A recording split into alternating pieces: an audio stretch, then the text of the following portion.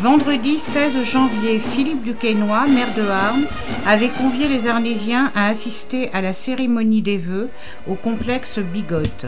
Invité d'honneur, Daniel Percheron, président de la région Nord-Pas-de-Calais, est venu soutenir le premier magistrat de la ville. Pas loin de 1200 personnes ont répondu présent à l'invitation pour écouter le discours de Philippe Duquesnoy sur le futur de la cité arnésienne. Le maire a parlé des nombreux projets concrétisés depuis 9 mois ou se mettant en place dès aujourd'hui, comme l'épicerie solidaire, l'informatisation des écoles, l'extension du musée, la future médiathèque, ou encore la mise en place de la démocratie participative par le biais de conseils de quartier.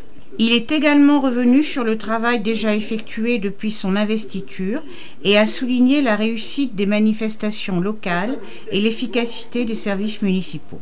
Le premier magistrat consacra une partie de son discours pour affirmer son opposition à la privatisation de la Poste.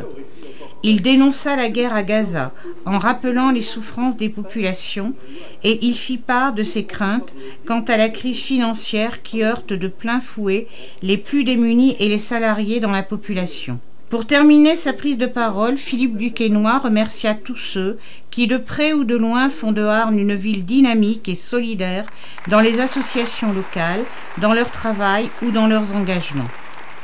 Le président de la région, Daniel Percheron, le félicita pour la belle tenue de la réception.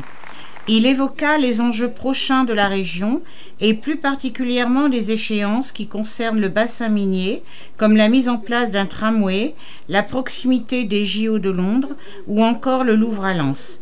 Il assura aussi du soutien de la région pour le club de volley-ball local avec la construction d'une nouvelle salle de sport.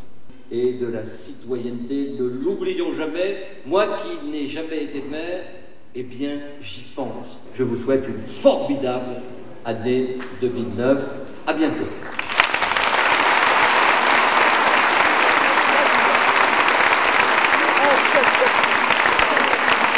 Je reçois ces quelques fleurs de la part des élus qui se sont cotisés pour exprimer leur gratitude envers celle qui leur permet de solliciter son mari très largement, quitte à sacrifier une partie de sa vie de famille.